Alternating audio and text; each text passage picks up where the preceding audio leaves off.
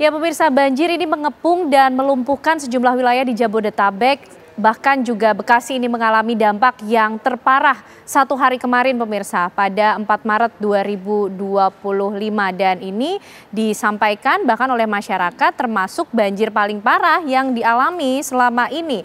Dan bahkan Gubernur Jawa Barat Deddy Mulyadi ini menyampaikan tata ruang di wilayah-wilayah tersebut sudah buruk atau bahkan kacau. Apa sebetulnya yang menyebabkan banjir besar ini terjadi dan seperti apa penanganan yang paling mungkin untuk dilakukan?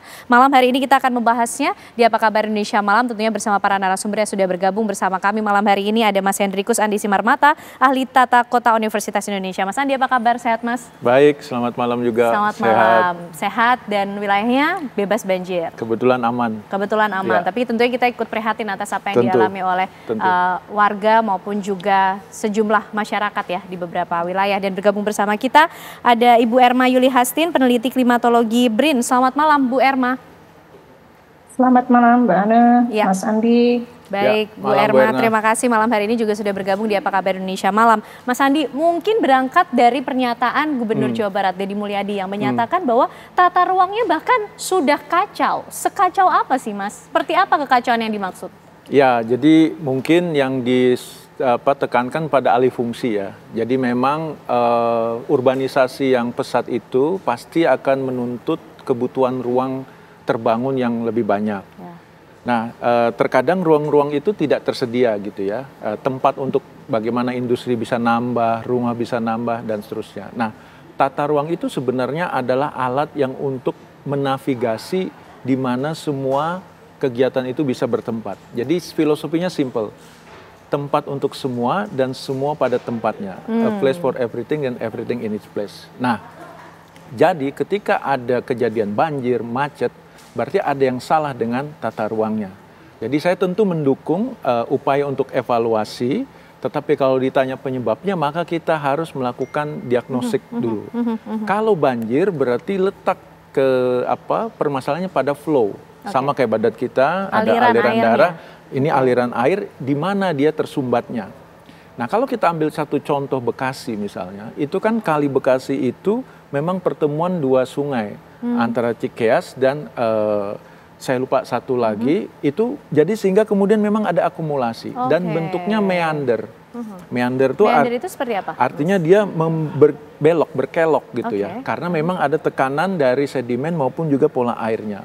Sehingga tempat itu memang secara DNA-nya adalah tempat untuk air. Oh, karakternya Bekasi adalah tempat untuk air. Makanya di dalam peraturan tata ruang ada istilahnya floodplain atau dataran banjir. Jadi ruang yang disiapkan memang di pinggir kiri kanan sungai untuk kalau dia overflow, untuk dia kalau meluap. Nah, disitulah kemudian tidak boleh ada kegiatan selain dari peruntukan Nah, ini dia Mas, mungkin kita coba rangkum juga informasinya untuk masyarakat. Seperti inikah tadi yang dijelaskan oleh Mas Andi? Alur sungai Cilengsi dan Cikeas ya, yang itu bertemu pada Kali Bekasi. Nah, jadi di situ tuh harusnya memang tempatnya harus untuk air gitu, karena air itu bisa tidak bisa permanen dia, karena kalau dia musim kemarau dia kering. Bahkan di Merauke floodplain-nya itu atau sepadan sungainya itu bisa 500 meter kiri kanan. Saking ekstrimnya perbedaan antara hujan dan musim kering. Itu yang ketika curah hujan, nanti mungkin Mbak Erna bisa lebih menjelaskan, ketika curah hujannya sekarang itu 232 mm per hari, itu sistem itu nggak mampu lagi kalau meander tadi udah diisi oleh bangunan-bangunan.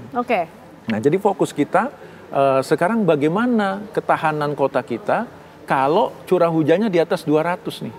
Karena kalau kita compare ke tahun 2020, itu ada 377 mm per hari. Jadi lebih ekstrim daripada sekarang. Nah Mas, ini Mas, mungkin kita juga bisa menjadikan ini gambaran sebagai dasar sehingga masyarakat atau pemirsa bisa membayangkan posisi Bekasi itu sebetulnya seperti apa, sehingga menyebabkan Bekasi ini menjadi wilayah yang paling parah terdampak oleh banjir. Ya. Jadi kalau kita lihat di sini kan jarak dari titik pertemuan itu pasti akan ada luapan. Ya.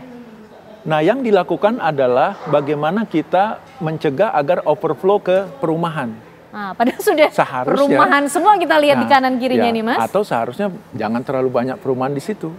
Nah, tetapi karena ini sudah terlanjur terbangun, maka solusi-solusi namanya rekayasa teknis harus ditambahkan. Jadi ini harus dikasih alat bantu. Sementara mungkin yang sudah dilakukan adalah tanggul sungai itu ya.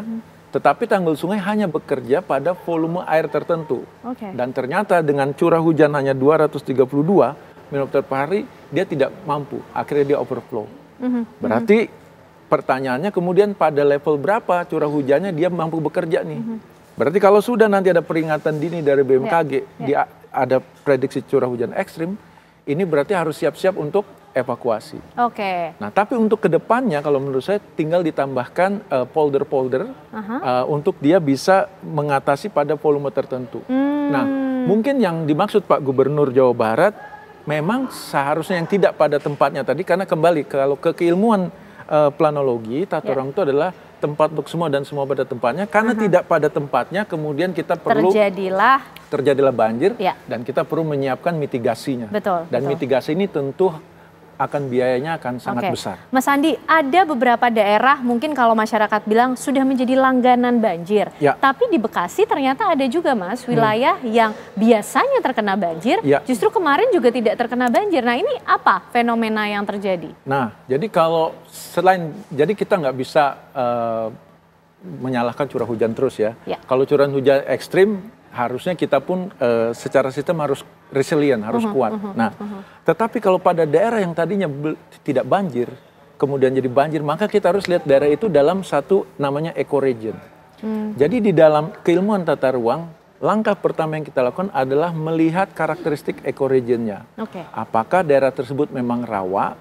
Kalau dia memang rawa, memang tempatnya air ya.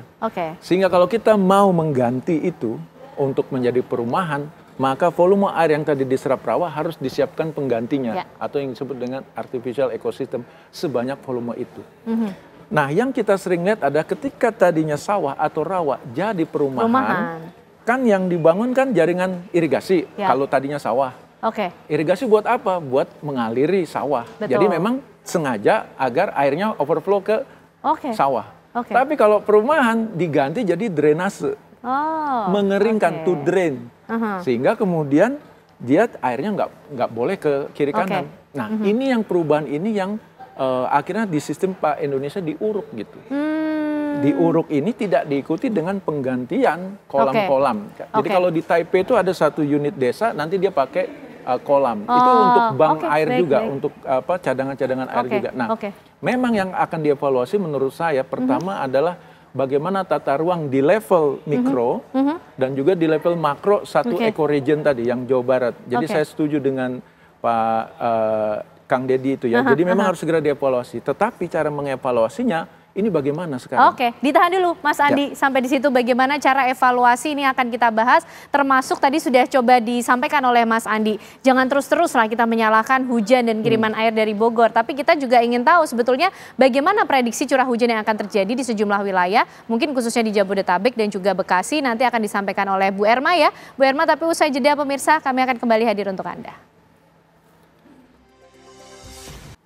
Ya pemirsa, Anda kembali menyaksikan Apa Kabar Indonesia Malam, dan kita masih akan membahas mengenai banjir yang kemudian menggenangi sejumlah wilayah khususnya Bekasi yang mengalami dampak paling parah pada hari kemarin 4 Maret 2025. Ini cukup mencatatkan sejarah karena banjirnya juga termasuk yang terparah, karena kalau kita bandingkan curah hujannya mungkin dari 5 tahun yang lalu sebetulnya tidak lebih tinggi begitu ya. Tapi coba kita akan cari jawabannya bersama dengan Bu Erma. Bu Erma, betulkah demikian? Sebetulnya curah hujan saat ini yang dihadapi tidak lebih besar daripada mungkin 5 tahun yang lalu. Historicalnya seperti apa? Ya, saya kira untuk situasi banjir di Bekasi tentu kita tahu bahwa pasti pemicunya adalah hujan begitu ya. Meskipun kita harus bedah lagi berapa persentase dari hujan dan juga kemampuan dari drainase tata kota tadi berkontribusi ya terhadap banjir ini. Nah, kalau melihat dari distribusi curah hujan, setelah kita melakukan pemeriksaan terhadap data yang bisa diakses secara online, rekaman data di kota Bekasinya ya, di pusat kota Bekasi itu hanya 98 mm itu terjadi selama 2 hari ya, tanggal 3 dan 4 Maret. Sementara untuk di selatannya, di bagian selatan dari Bekasi yaitu Pondok Gede itu mencapai 176. Ya, dan ada satu lagi bisa kita bandingkan juga dengan wilayah di Bogor, Kabupaten Bogor, khususnya di Cisarua Puncak, karena waktu itu juga kita tahu satu hari sebelumnya juga ada banjir bandang begitu ya di Puncak, itu 408. Jadi artinya bahwa intensitas tertinggi ini berada di bagian selatan, di bagian hulu. Jadi seperti yang sudah disampaikan oleh BNPB bahwa distribusi curah hujannya ini kalau untuk lokal di kota Bekasinya sendiri itu tidak tinggi, bahkan kurang dari 100 mm. Itu pun sudah akumulasi sebenarnya gitu ya. Tapi tadi yang terrecord ada 200, kemudian sampai 400 itu di hulunya, bagian dari selatannya Bekasi, yaitu bahkan di Bogor, Cisarua Puncak. Nah ini yang menjadi problem, karena air mengalirnya tentu di kali-kali yang tadi disampaikan gitu kan ya, Cilengsi, kemudian jadi ada kejadian sebelumnya Citerep, Cilengsi itu banjir dulu kan. Nah itu sebenarnya karena mereka mengalami curah hujan yang lebih tinggi, jauh lebih tinggi daripada Bekasi. Berarti ini. ada jadi kiriman ya Bu dari hulu, dari Bogor betul, begitu? Betul, memang ada kontribusi, Jadi kalau kita persentasekan sebenarnya kontribusi dari hujan yang dari langitnya gitu ya, atau cuaca atau meteorologinya itu hanya 30%, 70% itu adalah, jadi artinya 30% apa? Dia tidak dominan, dia bukan sesuatu yang sangat ekstrim. Tidak dominan terjadi di wilayah tersebut. Karena kalau dia sangat dominan, maka kita bisa katakan kontribusi cuaca 70%. Mau sebaik apapun dia akan kolaps gitu ya. Kalau seperti misalnya waktu Uni Emirat Arab terkena badai gitu kan. Itu kan memang luar biasa gitu. Atau Singapura yang terkena Borneo Vortex gitu. Itu udah sampai 600 mm begitu. Nah, ini hal-hal yang perlu kita pahami bahwa kita harus mengetahui kontribusinya berapa persen. Nah, ini kalau kasusnya Bekasi ternyata memang kalau dari curah hujannya sendiri yang turun di situ gitu ya, itu tidak tergolong ekstrim begitu, tetapi di bagian hulunya dan tentu kita berpikir akumulasi dari das-das tadi gitu ya, seberapa kuat gitu alirannya atau limpasan airnya itu seperti itu. Ya, saya kira itu. Bu Erma, untuk perkiraan cuaca sendiri, bagaimana di wilayah hulu, Bu, atau di wilayah lain yang juga perlu untuk diwaspadai sehingga kita bisa menghitung kontribusinya dari mana, akan mengalir kemana, efeknya seperti apa? Ya betul, jadi memang periode dasarian 1 Maret ini itu kami sudah melihat dari data-data model prediksi yang kami kembangkan bahwa hampir keseluruhan itu mengalami kenaikan atau lonjakan curah hujan di seluruh wilayah Jabodetabek itu sama, termasuk Bandung gitu ya, Purwakarta, Jawa Barat lah secara meluas. Artinya kan ini berarti digerakkan atau dipicu oleh sistem gangguan cuaca yang luas gitu ya, atau sinoptik. Nah, tapi yang tertinggi gitu ya, ekstrimnya gitu, intensitasnya itu memang terpusat di wilayah Cisarua, Bogor atau bagian puncak lah ya, kawasan puncak gitu, itu sampai 400 gitu. Nah, kondisi ini kan harus diantisipasi, dimitigasi karena memang dia akan mengalir ke utara gitu ya, ketika selatan mengalami hujan. Nah, apakah sudah berakhir? Belum.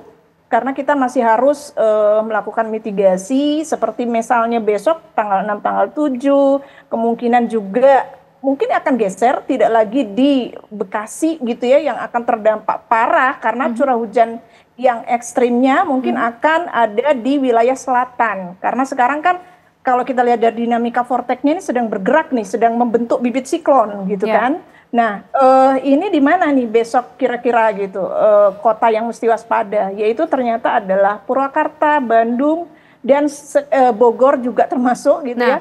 Artinya memang masih ada nih gitu indikasi-indikasi bahwa kita harus bersiap-siap terhadap kondisi yang tadi bisa mengalir ke das-das yang harus segera dievaluasi juga saya kira gitu. Oke, baik Bu Erma. Oke, baik Bu Erma. Nah, Mas Andi, kalau dari perkiraan yang dibacakan oleh Bu Erma, ini tanggal 6-7 mungkin masih akan menghadapi curah hujan yang tinggi. Yang patut diwaspadai Purwakarta, Bandung, Bogor lagi Mas, yang juga menyumbang kontribusi adanya aliran air dari hulu kembali ke daerah-daerah tertentu begitu seperti Bekasi juga. Lalu apa yang bisa dilakukan Mas Andi? Ya, pertama karena waktunya pendek, maka yang harus disiapkan adalah kemampuan untuk rescue dan kemampuan untuk evakuasi. Karena ini sudah terlalu pendek untuk kemudian curah hujan. Nah, tetapi yang kita pastikan pertama ya harus dipastikan satu, apakah program infrastruktur pengendali banjir di Jabodetabek ini sudah berjalan sesuai rencana. Pertama misalnya untuk kanal. Apakah sungai itu dikeruk dan kanalnya berjalan. Yang kedua polder. Apakah polder-polder yang sudah dibangun di Ciawi sana itu memang bekerja optimal. Jadi itu harus dipastikan dulu nih untuk nanti pembelajaran berikutnya. Tapi kalau untuk yang jangka pendek ini, terdekat besok bahkan ya kalau tanggal itu 6-7. Pertama adalah sistem evakuasinya. Supaya kayak kejadian jangan sampai malah tadinya menyelamatkan malah kejadian yang buruk yang menimpa. Nah ini yang harus dipastikan oleh sistem kota itu. Jadi yang tadi udah ada peringatan dini harus siap-siap. Nah itu kesiapan itu tentu harus punya komando yang sama, di mana kira-kira titik yang paling aman. Nah kalau menurut saya yang paling penting kalau di case tadi yang bergerak tadi kita pelajari dari Bekasi ini. Berarti yang harus segera diantisipasi adalah satu, bagaimana sebenarnya kiriman dari atas, dari hulu ini bisa diminimalisir. Tentu infrastruktur yang tadi saya katakan polder dam itu yang kita akan berfungsi optimal. Tetapi dengan curah hujan ekstrim, we don't know yet apakah itu berfungsi optimal atau enggak. Ada dua memang, ayo kita hutankan kembali. Tetapi penghutanan kembali ini butuh waktu. Karena satu pohon itu untuk bisa dia diameter 10 cm dia butuh 30 tahun. Jadi bayangkan kalau kita baru sadar sekarang lagi menanam lagi. Dan sepertinya tidak hanya butuh waktu tapi butuh ruang Mas, sedangkan sudah penuh dengan pemukiman warga. Nah, jadi kalau butuh ruang itu dikembalikan ke tata ruangnya. Jadi kalau kita harus pertama ya melihat dulu toponimi daerah situ. Toponimi itu asal muasal tempat itu. Kenapa disebut Rawamangun? Kenapa disebut Rawapening? Dan itu kan artinya dari dulu memang sudah ada ceritanya. Jadi kita harus kembali. Saya sepakat untuk kembali ke nature, kembali ke asal kita, alam kita. Nah itulah cara evaluasi yang menurut saya harus dikembalikan. Tetapi tentu ada cost-nya. Nah yang sudah terlanjur ini harus dijadikan titik akupuntur. Ini loh yang mau kita treatment, yang sudah terlanjur ini. Nah berapa banyak yang terlanjur ini? Itu tentu cost-nya tidak akan murah. Nah, untuk itu maka untuk membayar keterlanjutan ini biayanya pun tinggi. Jadi apa yang dicanangkan Pak Gubernur untuk evaluasi sebenarnya ada rentetan berikutnya nih. Cost-nya siapa yang tanggung? Sementara kita di era bahwa ini ada realokasi dan seterusnya ya, jadi penganggaran pemerintah. Tapi ini segera harus diatasi juga nih. Kalau infrastruktur pengendali banjir sudah ada, sedang ongoing kok, terus dilakukan. Tetapi ini kan hanya temporary, kayak badan kita perlu alat bantu. Tapi sedangkan yang menjadi PR besar justru jangan sampai banjir terjadi lagi. Iya, kalau terjadi lagi menurut saya terjadi lagi. Tetapi satu, tidak separah ini. Korban harus nggak ada. Kedua, kerugiannya jangan kayak sekarang. Ketiga, kecepatan surut juga menjadi indikator. Ini kan bisa 6 jam, di atas 6 jam, kan harusnya less than 1 hour udah bisa surut. Nah itu indikator-indikator yang harus kita pegang untuk tahun depan. Karena kan ini katakanlah dia nanti sesuai dengan musimnya, itu harus siap. Jangan nanti setelah selesai udah lupa lagi, nanti ingat lagi 5 tahun berikutnya. Nah ini menurut saya dalam 5 tahun, karena ini para kepala daerahnya kan baru terpilih nih. Kalau menurut saya kita kasih KPI-nya adalah bagaimana satu, cepat surut, kayak Jakarta sudah mulai ada improvement bahwa dia cepat surut. Kedua, tidak ada korban jiwa. Itu udah prinsip dalam kebencanaan, nggak boleh kalau ada korban meninggal apalagi. Nah itu yang harus kita tagih nanti. Nah evaluasi tata ruang menurut saya itu jangka panjang nanti outcome-nya, tapi iya harus dilakukan sekarang. Nah caranya adalah dengan tadi memastikan titik-titik persoalan itu harus ditreatment dengan baik dan biayanya dari mana. Dan biayanya harus tentu dari semua stakeholder yang ada di sana. Meskipun sudah terlanjur tapi tetap ada upaya evaluasi yang bisa dilakukan, butuh waktu, tapi juga kemudian ada sejumlah indikator yang mulai bisa dijawab perlahan ya Mas ya. Kita nanti juga masih akan membahas ini, Bu Erma, kita ingin tahu kira-kira hasil evaluasi dari penelitian yang dilakukan oleh BRIN menyikapi adanya potensi curah hujan yang masih tinggi, ini seperti apa? Dijawabnya sesaat lagi ya Bu Erma. Apa kabar Indonesia Malam masih akan menemani Anda. Baik, kembali kita akan lanjutkan pembahasan kita pemirsa bersama dengan narasumber malam hari ini. Bu Erma, tadi sudah disampaikan oleh Kepala BNPB bahwa modifikasi hujan atau modifikasi cuaca ini dipilih untuk bisa menahan curah hujan yang diprediksi masih akan terus terjadi hingga 8 Maret. Seberapa efektifkah sih Bu sebetulnya skema ini kemudian dilaksanakan? Ya, sebenarnya kalau kita menggunakan teknologi modifikasi cuaca dan ditanya efektivitasnya, kita tidak bisa jelaskan secara kuantitatif ya. Saya kira itu harus ditaruh di tempat yang semestinya, karena operasi modifikasi itu pertama biayanya besar. Sekali terbang tuh berapa? Bisa ditanyakan lah, gitu, biayanya besar sekali. Nah, dan dia ada di solusi yang jangka pendek banget, sangat short term. Serta seharusnya dia itu berada dalam strategi secara keseluruhan, secara komprehensif menjadi solusi tadi yang dikatakan Mas Andi itu. Jadi secara komprehensif merupakan solusi pengendali banjir. Jadi dia hanya short term, sangat singkat gitu. Kita nggak bisa andalkan gitu ya, secara terus-menerus juga gitu. Dan karena efektivitas dan biayanya begitu besar, sementara kita sedang efisiensi, apakah tidak sebaiknya itu menjadi investasi untuk membangun yang di darat gitu ya, yang tadi ya fokusnya kepada pengendali banjir yang ada di hidrologinya gitu, di daratnya gitu. Saya kira perlu ada ya pemikiran strategis yang apa ya, yang karena berhubung kan kita alokasi anggaran sangat terbatas ya Mbak ya. Tadi aja di-mention terus sama Mas Andi, ini gimana nih bagaimana gitu, karena kan membutuhkan itu semua gitu. Pengendali banjir ini yang paling penting menurut saya, yang harus difokuskan. Solusi itu harus solusi yang jangka menengah dan panjang yang harus dibangun supaya resilient tadi gitu ya. Karena itu mungkin bisa efektif tapi sangat lokal. Lokal. Sementara kalau untuk suatu gangguan cuaca yang skalinya sinoptik, di WMO pun itu di-highlight bahwa jangan menganggap operasi modifikasi cuaca itu bisa dilakukan ketika terjadi gangguan cuaca yang skala besar, luas. Kayak ini tidak bisa terus-menerus dilakukan dan sewaktu-waktu dilakukan gitu. Berarti ya Bu Erma ya, ada kondisi-kondisi tertentu yang menyebabkan modifikasi cuaca ini tidak bisa dilakukan. Betul, ada prasyarat. Oleh karena itu juga diberikan warning gitu loh. Maksudnya ini ada syaratnya gitu. Bisa dilakukan, efektif dilakukan bila misalnya lokal gitu ya. Terus mengisi waduk gitu. Tapi bukan pada kondisi yang lagi ada gangguan, lagi ada sirkulasi siklonik, badai, siklon dan seterusnya. Maka itu ya saya kira kita bicara efisien loh ya. Ini kan penggunaan teknologi harus dihitung juga secara ekonomi. Betul. Selain juga dampaknya terhadap lingkungan, selalu harus dipikirkan dua hal itu gitu.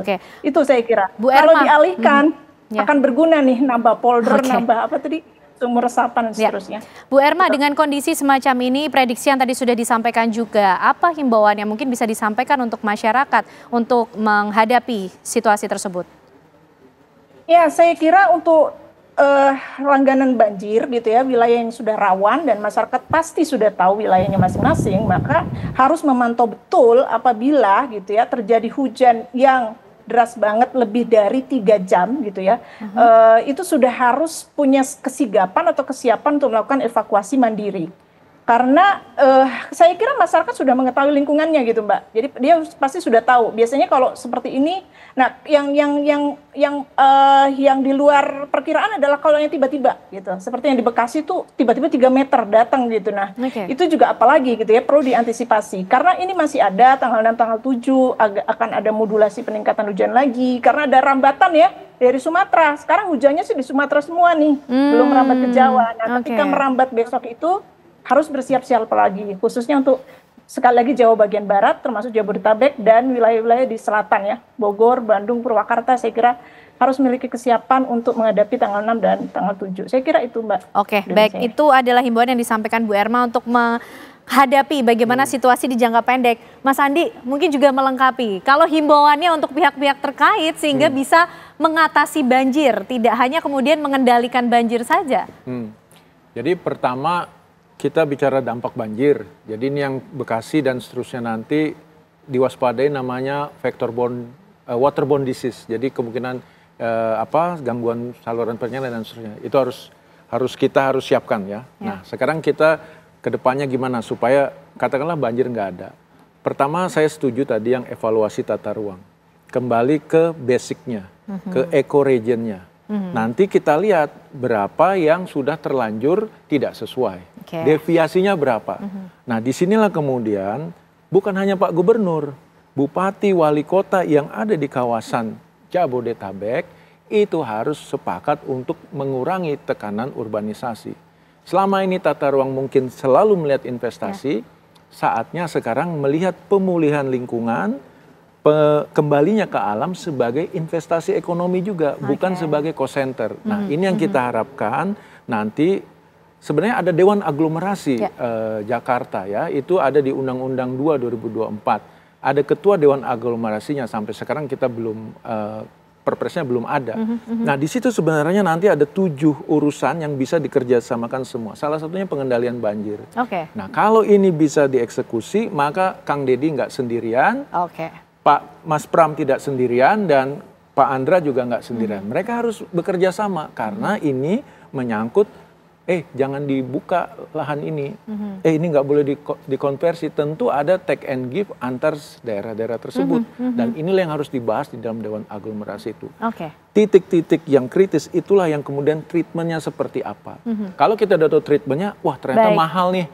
Ternyata ini ya berarti cari pembiayaannya secara sama-sama. Dan mudah-mudahan kita kalau tahun depan lagi tidak lagi kita membahas banjir yang segini parah. Betul, itu menjadi harapan terbesar kita. Semoga tidak setiap waktu kita harus membahas masalah yang sama. Kalau kita bilang masalah klasik, kita harapkan para pemangku kebijakan ini bisa duduk bersama untuk betul-betul memikirkan investasi jangka panjang untuk lingkungan dan juga alam. Terima kasih Mas Andi, terima kasih juga Bu Erma malam hari ini sudah membagikan informasi dan juga prediksinya untuk bisa disikapi dengan bijak oleh masyarakat. Dan pemirsa, tentunya Apa Kabar Indonesia Malam masih akan kembali hadir untuk Anda dengan sejumlah informasi lainnya. Sesaat lagi kami kembali.